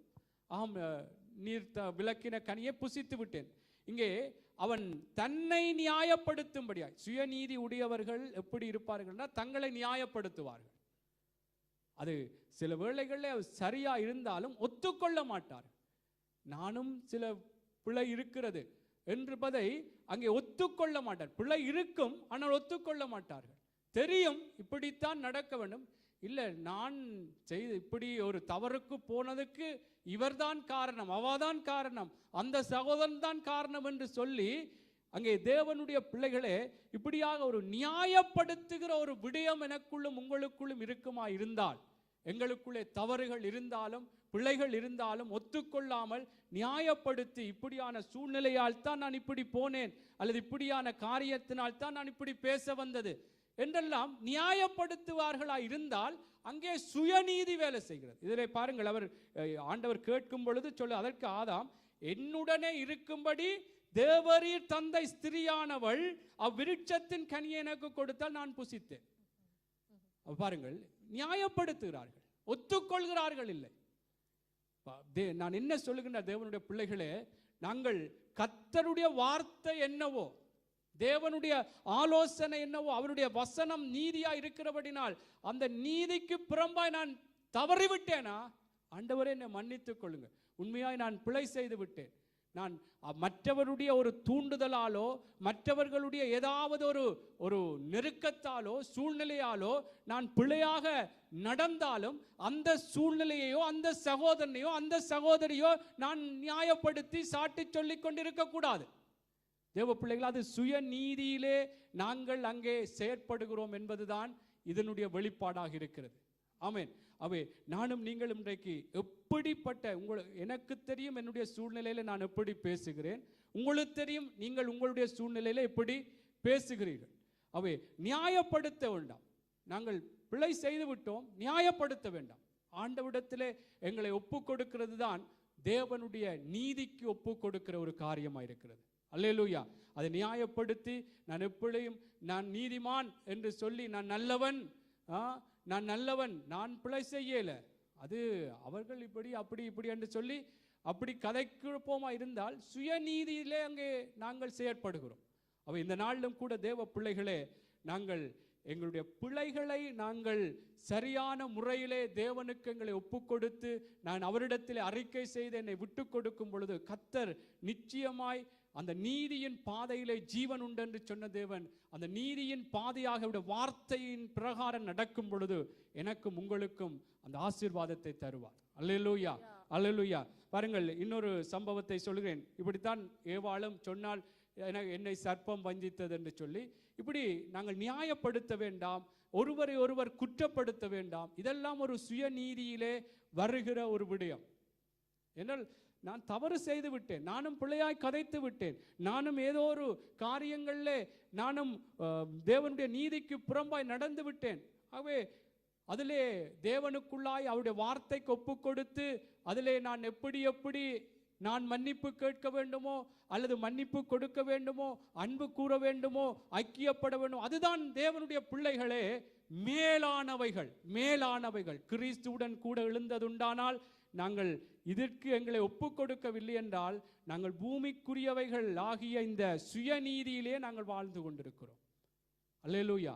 என்னையும் சரி உங்களையும் சரி இந்த வார்த்தைக்கு நாங்கள் ஒப்பு கொடுக்க வேண்டும். பாருங்கள், ரூத்தின் புஸ்தகம் 1வது அதிகாரம் 19, 20வது வசனத்தை வாசிக்கலாம். இங்கே நகோமியும் கூட தன்னுடைய குற்றத்தை அல்லது தன்னுடைய தவறை அவள் நியாயப்படுத்துகிறாள். வாசியுங்கள். அப்படியே இருவரும் பெத்லேஹேம் மட்டும் நடந்து போனார்கள். அவர்கள் பெத்லேஹேமுக்கு வந்தபோது ஊரார் எல்லாரும் அவர்களை குறித்து ஆச்சரியப்பட்டு, இவள் நகோமியோ என்று பேசிக்கொண்டார்கள். அதற்கு அவள், நீங்கள் என்னை நகோமி என்று சொல்லாமல் மாறாள் என்று சொல்லுங்கள், சர்வ வல்லவர் எனக்கு மிகுந்த கசப்பை கட்டளையிட்டார். ஆமென். இங்கே பாருங்கள், நகோமி என்ன சொல்லுகிறான்றா, சர்வ வல்லவர் எனக்கு மிகுந்த கசப்பை கட்டளையிட்டார். யார் கசப்புக்குள்ளாக போவதற்கு யார் காரணம்? நகோமி. பெத்லேஹேமிலே பஞ்சம் வந்த பொழுது அவர்கள் அந்த பஞ்சத்திலே இருந்து தாங்கள் ஒரு நல்ல வாழ்க்கை வாழ வேண்டும் என்று சொல்லி தேவன் விரும்பாத, தேவனுடைய வார்த்தைக்கு விரோதமான, தேவனுடைய நீதிக்கு விரோதமான அந்த மோவாபை தெரிந்து கொண்டு போனார்கள். அவர்கள்தான் அங்கே புருஷனை இழந்தால் 2 பிள்ளைகளை இழந்து மீண்டும் தேவன் தம்முடைய ஜனங்களை சந்தித்து ஆசீர்வதிக்கிறார் என்று கேள்விப்பட்டு வரும் பொழுது ஜனங்கள் இது நகோமியா என்று சொல்லி கேட்ட பொழுது அவள், எனக்கு சர்வ வல்லவர் கசப்பை உண்டாக்கினார், அதனால் என்னை நகோமி என்று சொல்லாமல் மாறாள் என்று சொல்லுங்கள் என்று. பாருங்கள் எப்படி ஆண்டவரிடத்திலேயே எப்படியாக தன்னுடைய பிழையை, தவறை, தன்னுடைய குற்றத்தை ஒத்துக்கொள்ளாமல் ஒரு சுயநீதி. இதுதான் நான் சொல்ல, நியாயப்படுத்தக்கூடாது. எனக்கு நடந்ததெல்லாம் ஆண்டவர் தான், ஆராய்ந்து பார்க்க வேண்டும். என்னுடைய வாழ்க்கையில எங்கு நான் ஆண்டவருக்கு பிரியமில்லாமல், ஆண்டவருக்கு விரோதமாக காரியங்களை செய்தேன், நிச்சயமாய் ஆண்டவருக்கு உள்ளாக ஏதாவது ஒரு தவறு இருக்கும். இதை நாங்கள் மறைத்து வைத்து விட்டு அதெல்லாம் நான் சரி என்று சொல்லி, ஆண்டவர் என்னை இப்படி அடித்து விட்டார், ஆண்டவர் எனக்கு விரோதமாய் செய்து விட்டார் என்று தேவனுடைய பிள்ளைகளை நானும் சில வேளைகளில் சொல்லி இருக்கிறேன். அவே இப்படியான விடயங்கள் சுயநீதியிலே நாங்கள் பேசுகிறோம். எங்களுடைய மனுஷன் என்றால் எனக்கு இது எல்லாம் நானெல்லாம் சரி, இது ஏன் எனக்கு ஆண்டவர் தான் எனக்கு இப்படியெல்லாம் நடத்தி விட்டார், ஆண்டவர் தான் எனக்கு இப்படியான வேதனையான நிலைக்குள்ளே கொண்டு போட்டார் என்று சொல்லி தேவனுடைய பிள்ளைகளை நாங்கள் பேசுவோமா இருந்தால் அது சுயநீதியிலே நாங்கள் பேசுகிறோம். தேவனுடைய நீதி, தேவனுடைய நீதியின் பாதையிலே ஜீவன் உண்டு, ஆசீர்வாதம் தான் உண்டு. அதனாலே தேவன் எங்களை வேதனைப்படுத்தி அழித்து ஒடுக்கி கண்ணீர் போகத்தக்கதாக, கவலைகள் வரத்தக்கதாக அவர் செய்ய மாட்டார். அவர் ஆசீர்வாதத்துக்கு நேராகத்தான் நடத்துவார். அவர் இன்றைக்கு தேவ பிள்ளைகளை தேவனுடைய நீதிக்கு எங்களை ஒப்புக் கொடுக்க வேண்டும். ஆமேன். இந்த ரூத்தை போல, ஆதாம் ஏவாளை போல நியாயப்படுத்தி மற்றவர்களை குற்றப்படுத்தி, இங்கே நகோமியை பார்க்கும் பொழுது தேவனையே குற்றப்படுத்துகிறார். தேவனிடத்திலே அங்கே நியாயப்படுத்தும்படியாக தேவனுக்குள்ளாக அங்கே பேசுகிறதை கூட நாங்கள் பார்க்கிறோம். ஆகவே இந்த நாளிலும் கூட தேவனுடைய நீதியாகிய அவருடைய வார்த்தைக்கு எங்களை ஒப்புக் கொடுக்க வேண்டும். அல்லேலூயா, அல்லேலூயா. இன்னொரு காரியம், எங்களுக்குள்ளே சில தாழ்வு மனப்பான்மை, எங்களை குறித்து குறைவாக நாங்கள் எண்ணுகிறது கூட ஒரு சுயநீதியினுடைய ஒரு வெளிப்பாடு. இந்த தாழ்வு மனப்பான்மை, எங்களை குறித்து ஒரு குறைவாக எண்ணுகிறோம். தேவனுடைய பார்வையிலே நானும் நீங்களும் விலையேற பெற்றவர்கள் என்று கர்த்தருடைய வார்த்தை சொல்லுகிறது. நாங்கள் எப்படியாக சிறியவனை புழுதியிலிருந்து, எளியவனை குப்பையிலிருந்து தூக்கி எடுத்து பிரபுக்களோடும் ராஜாக்களோடும் உட்கார வைப்பேன் என்று சொன்ன தேவனுடைய வார்த்தை இருக்கும் பொழுது, எங்களை நாங்களே, தேவனுடைய பிள்ளைகளே, நாங்கள் ஒரு தாழ்வாக, எங்களை குறைவாக எண்ணி ஒரு தாழ்வு மனப்பான்மை, சில வேளை எங்களுடைய சூழ்நிலை, எங்களுடைய சர்வ பிரகாரமான காரியம், எங்களுடைய குடும்ப சூழல்கள் இப்படித்தான் எங்களுடைய வாழ்க்கையிலே உயர்வுகளுக்கு சரிவில்லை என்று சொல்லத்தக்கதாக பல சாத்தியமான சில காரியங்கள் இருக்கலாம். ஆனால் தேவனுடைய நீதி என்னவோ அதற்கு நான் இல்லை, இப்படித்தான் இருக்கும், இதில் எல்லாம் சரி வராது, எங்களுடைய வாழ்க்கை உயராது, எங்களுடைய வாழ்க்கை மேலா வராது, எங்களுடைய வாழ்க்கையில இனியொரு சந்தோஷம்ன்றதுக்கு அது நினைச்சே பார்க்கலாம் என்று சொல்லுவோமே, அதெல்லாம் ஒரு சுயநீதியில பேசுகிறோம். சுயநீதி என்றால் அந்த எங்களை குறித்து தாழ்வாக நாங்கள் குறைத்து நாங்கள் பேச என்றால் தேவனுடைய நீதியைத்தான் நான் சொல்லுகிறேன். அதை வைத்து கர்த்தர் எங்களை உயர்த்துவார், இந்த தயவினால் கர்த்தர் உயர்த்துவார் என்றால் அதைத்தான் நானும் நீங்களும் விசுவாசிக்க வேண்டும். நான் உதாரணத்தை சொல்லி நான் முடித்துக் கொள்ளலாம். ரோமர் புஸ்தகம் 4வது அதிகாரம் 18வது வசனம் ஆபிரகாமை குறித்து உங்களுக்கு தெரியும். அதிலே எப்படி ஆபிரகாம் அதிலே ஒரு முதிர்ச்சி உள்ளவனாக அதிலே தன்னை ஒப்புக் கொடுத்தான் என்று பார்க்க முடியும். உன் சந்ததி இவ்வளவா இருக்கும் என்று சொல்லப்பட்டபடியே தான் அநேக ஜாதிகளுக்கு தகப்பனாவதை நம்புகிறவதற்கு ஏதுவில்லாதிருந்தும் அதை நம்பிக்கையோட விசுவாசித்தான். ஆமென். வாசிங்கள். அவன் விசுவாசத்திலே பலவீனமாய் இருக்கவில்லை. அவன் ஏறக்குறைய 100 வயது உள்ளவனாய் இருக்கும் பொழுது தன் சரீரம் செத்து போனதையும் சாராளுடைய கற்பம் செத்து போனதையும் எண்ணாதிருந்தான். தேவனுடைய வாக்குத்தத்தத்தை குறித்து அவன் அவிசுவாசமாய் சந்தேகப்படாமல் தேவன் வாக்குத்தத்தம் பண்ணினதை நிறைவேற்ற வல்லவராய் இருக்கிறார் என்று முழு நிச்சயமாய் நம்பி தேவனை மகிமைப்படுத்தி விசுவாசத்தில் வல்லவனானான். ஆகையால் அது அவனுக்கு நீதியாக எண்ணப்பட்டது. ஆமென்.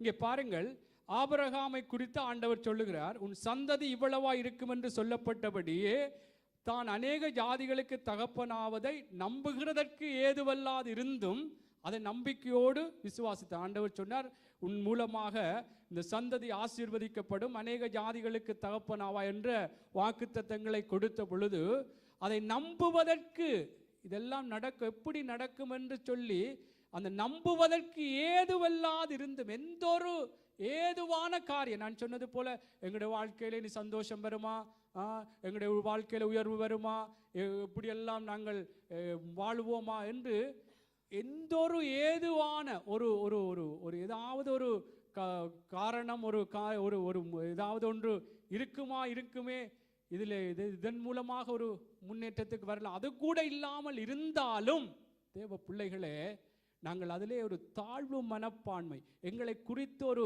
தாழ்வாக குறைவாக எண்ணிக்கொண்டு இருப்போமா இருந்தால் கர்த்தருடைய வார்த்தை உன்னை உயர்த்தும்.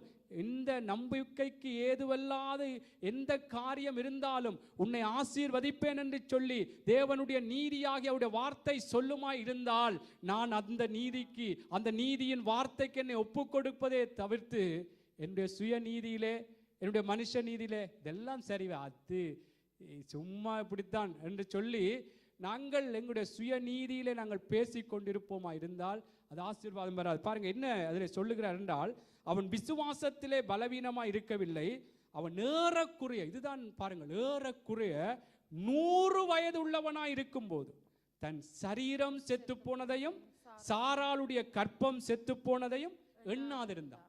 அப்ப இவன் மூலமாய் ஒரு சந்ததி வந்து எப்படியாய் ஆசீர்வாதமாய் அநேக ஜாதிகளுக்கு அது ஆசீர்வாதமாய் போகும் என்று சொன்ன பொழுது இவருக்கு வயசு எத்தன 100, சாராளுடைய கற்பம் செத்து போயிட்டு அவருடைய சரீரம் பிள்ளை பெறுவதற்குரிய எந்த ஒரு சாத்தியக்கூறு மனுஷீக ரீதியில இல்லை.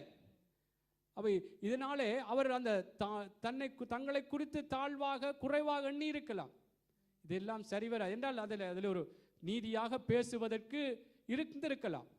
ஆனால் தேவனுடைய பிள்ளைகளே, அதில் கூட எந்த ஒரு சாராளுடைய கற்பம் செத்து போயிட்டு அவருடைய சரீரம் செத்து போயிட்டு, ஆனால் இந்த பிள்ளை இவன் மூலமாய் வந்து ஆசீர்வாதமாக பல சந்ததிகளுக்கு ஒரு ஆசீர்வாதமாய் மாறுவதற்கு ஒரு ஏதுவல்லாமல் விடயங்கள் இருந்தாலும் கர்த்தருடைய வார்த்தை, நீதியின் வார்த்தையை அவன் நம்பினான், அதற்கு விட்டு கொடுத்தான், ஆசீர்வதிக்கப்பட்டான். அல்லேலூயா. அதில் சொல்ல ஆகையால் அது அவனுக்கு நீதியாக எண்ணப்பட்டது. ஆமென். தேவ பிள்ளைகளே, இன்றைக்கு எல்லாரும் எழுந்திருப்போம். நாங்கள் இந்த நாளிலும் கூட நாங்கள் எப்படிப்பட்ட சூழ்நிலையாக இருந்தாலும் கர்த்தர் சொல்லி இருக்கிறார், நாங்கள் படித்து வருகிறோம், கிறிஸ்துவுடனே கூட எழுந்ததுண்டானால், கிறிஸ்து தேவனுடைய வலது பார்சத்தில் வீற்றிருக்கும் இடத்தில் உள்ள மேலானவைகளை தேடுங்கள் என்று சொல்லி இருக்கிறபடினால், அந்த மேலானவைகள் என்ன? தேவனுடைய நீதி. அந்த தேவனுடைய நீதி என்ன? அவருடைய வார்த்தை, அவருடைய வசனங்கள், அவருடைய ஆலோசனைகள், இயேசு கிறிஸ்து நமக்காய் செய்து முடித்த கிரியைகள் எல்லாம் நீதியாய் இருக்கிறது. அவைகளுக்கு எங்களை ஒப்பு கொடுத்து நான் இந்த பூமியிலே நடக்கிறது தான் அது மேலானவைகளாக இருக்கிறது. மேலான அந்த விடயங்களுக்கு எங்களை ஒப்பு கொடுக்கும் பொழுது கர்த்தர் நிச்சயமாக எங்களை உயர்த்துவார் என்பதிலே தேவ பிள்ளைகள் இன்றைக்கு நாங்கள் ஒரு தேவனுக்குள்ளே எங்களை ஒப்பு கொடுப்போம். கர்த்தருக்குள்ளே எங்களை ஒப்புக் கொடுப்போமா? நாங்கள் இதுவரைக்கும் சில வேளைகளிலே சுயநீதியிலே எங்களுடைய பார்வைக்கு இது சரி என்று சொல்லத்தக்கதாக, எங்களுடைய பார்வையிலே இப்படித்தான் நான் நடப்பேன் என்று சொல்லி நான் முடிவெடுத்து சில விடயங்களில் நான் நடந்திருக்கலாம். மற்றவர்களை மன்னிக்க மாட்டேன், அன்பு கூற மாட்டேன், நான் இப்படித்தான், நானும் என் பிள்ளையும் என் குடும்பமும் இப்படித்தான் இருக்கும் என்று சொல்லி ஒரு வட்டத்துக்குள்ளாய் என்னுடைய சுயநீதியிலே, என்னுடைய மனுஷீக நீதியிலே இன்றைக்கு நான் நடந்திருக்கலாம். தேவ பிள்ளையே, இன்றைக்கு கர்த்தருடைய நீதி என்ன, கர்த்தருடைய வார்த்தை என்ன, அவருடைய வசனம் என்ன சொல்லுகிறது? எல்லாரிடத்திலும் அன்பு கூர்ந்து எல்லாரையும் மன்னித்து ஏற்றுக்கொண்டு நாங்கள் சந்தோஷமாய் ஐக்கியமாய் சமாதானமாய் இருக்க வேண்டும் என்று சொல்லி வேதம் சொல்லுகிறபடினால் தேவ பிள்ளைகளே, நாங்கள் பூமிக்குரியவைகளை அல்ல, பூமிக்குரிய பிரகாரமான சுயநீதியை, மனுஷீக நீதியை உடையவர்களாய் இருக்காதபடிக்கு அந்த மனுஷீக நீதி, அந்த சுயநீதி அழுக்கான கந்தையாய் இருக்கிறது. அவர்கள் எப்படிப்பட்டவர்கள்? இலை உதிருகிறவர்கள் போல மாறுவார்கள் என்று சொல்லி இருக்கிறவனால் இன்றைக்கு தேவ பிள்ளைகள் எங்களை ஒப்புக் கொடுப்போம். நாங்கள் எப்படிப்பட்ட சூழ்நிலையா இருந்தாலும் ஆண்டவரே, உம்முடைய வார்த்தை, உம்முடைய நீதியின் வார்த்தை, உம்முடைய வசனம் என்ன சொல்லுகிறது அப்பா, அதுதான் எனக்கு முதன்மை அப்பா. அதன் பிரகாரமே என்னை ஒப்புக் கொடுக்கிறேன். ஏனென்றால் நீதியின் பாதையிலே ஜீவன் உண்டு என்று சொல்லி இருக்கிறீர்கள். நீதியின் பாதையாகி உம்முடைய வார்த்தையின் பிரகாரம் நடக்கும் பொழுது அது எங்களுக்கு ஐயா உயர்வைத்தான் தரும் என்று சொல்லி இருக்கிறபடினால் ஆண்டவரே, என்னை விட்டுக் கொடுக்கிறேன் என்று சொல்லுவோமா? தேவ பிள்ளைகளே, எங்களை நாங்கள் வாய்களை திறந்து நாங்கள் ஆண்டவரிடத்திலே சொல்லுவோம். இதுவரைக்கும் சில வேளைகளிலே நான் சொன்னது போல எங்களுக்கு நியாயமாக தோன்றினது காரியங்கள், சுயநீதியில நாங்கள் பேசுவதற்கு பல காரியங்கள் இருந்திருக்கலாம். நாங்கள் நியாயப்படுத்தி கொண்டிருந்திருக்கலாம், மற்றவர்களை குற்றப்படுத்தி கொண்டிருந்திருக்கலாம். என்றால் என் பக்கம் ஏதோ சரியாகத்தான் நான் செய்ததென்று நான் நினைத்திருக்கலாம். ஆனால் ஆண்டவருடைய வார்த்தையை அறிந்த நாங்கள், தேவனுடைய நீதியின் வார்த்தையை அறிந்த நாங்கள், நான் மற்றவர்களுக்கு எப்படி இருந்தாலும் மற்றவர்கள் என்னை ஒரு தவறான நிலைக்கு கொண்டு போய்விட்டார்கள் என்று சொல்லாதபடி, மற்றவர்களால் தான் நான் இப்படி பேச வேண்டி வந்தது, மற்றவர்களால் தான் இப்படி நடக்க வேண்டி வந்தது, மற்றவர்களால் தான் நான் இப்படியான ஒரு வேதனையான நிலைக்குள்ளே போக வேண்டி வந்தது என்று தேவ பிள்ளைகளே நான் சொல்லாமல், நான் தேவனுடைய வார்த்தைக்கு நானும் விரோதமாய் நடந்து விட்டேன், ஆண்டவரே என்னை மன்னித்துக் கொள்ள வேண்டும். அப்ப அதுதான் தேவ நீதி. தேவ பிள்ளைகளே, இன்றைக்கு எங்களை ஒப்புக் கொடுப்போமா? ஆண்டவர் நிச்சயமா இன்றைக்கு எங்கள் ஒவ்வொருவருடைய வாழ்க்கையிலும் அவருடைய அற்புதமான அதிசயமான அந்த வழிநடத்தலினால் எங்களை ஆசீர்வதித்து எங்களை நடத்துவார். எல்லாரும் எங்களை விட்டுக் கொடுப்போம். தகப்பனே, இந்த நாளிலும் அப்பா ஆண்டவரே, மேலானவைகளை ஆண்டவரே தேடுங்கள் என்று சொன்னீர், நாடுங்கள் என்று சொன்னீர். அந்த மேலானவைகளாகிய உம்முடைய நீதியை குறித்து நாங்கள் படித்தோம் ஐயா.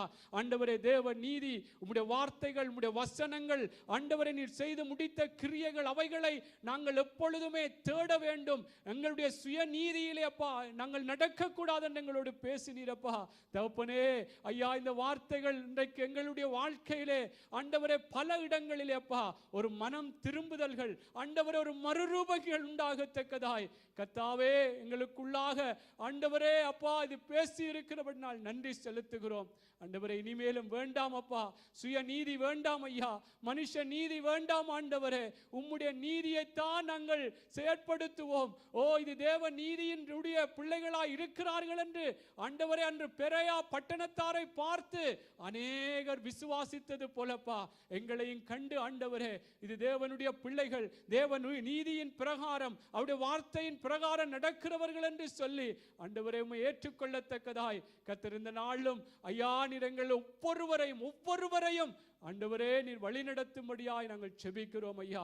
எங்கள் ஒவ்வொருவரை நாங்கள் ஒப்புக் கொடுக்கிறோம் ஐயா, எங்கள் ஒவ்வொருவரை நாங்கள் ஒப்புக் கொடுக்கிறோம் ஐயா. கர்த்தர் நடத்துங்க ஆண்டவரே. சோத்திரம் ஐயா, சோத்திரம் அப்பா. நாங்கள் ஒரு ஜெபத்தோடு நாங்கள் முடித்துக் கொள்ளலாம். அனுவக்கா நீங்க ஜெபம் பண்ணுங்கள்.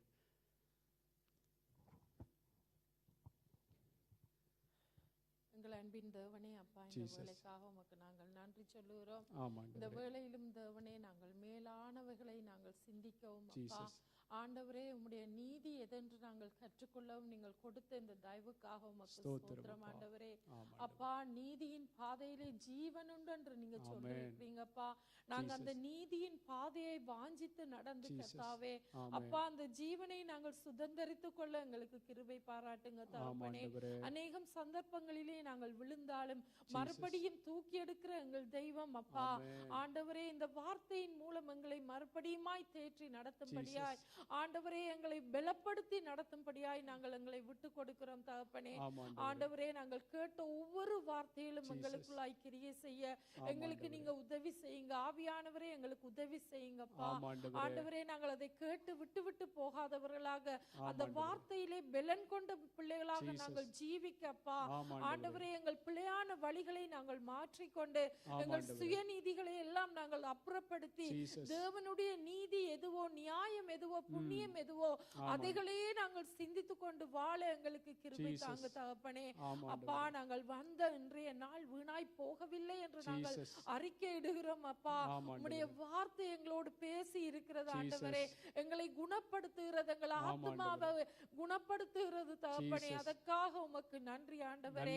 அப்பா எங்களோடு கூட வாங்க. இந்த அடுத்த நாங்கள் வேத படிப்புக்கு வரும் மட்டும் ஆண்டவரே இந்த வார்த்தைகளை நாங்கள் சிந்திக்க, இந்த காரியங்களை எங்களுக்குள்ளாக நாங்கள் சிந்தித்து இந்த வார்த்தையிலே பலப்பட எங்களை தாழ்த்தி உம்மை உயர்த்தி இயேசுவின் வல்லமை உள்ள நாமத்திலே ஜெபிக்கிறேன் நல்ல தகப்பனே.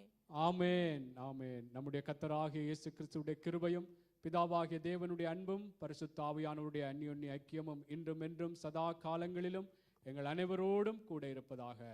ஆமென் ஆமென் ஆமென். எல்லாரும் சேர்ந்து சொல்லுவோம்.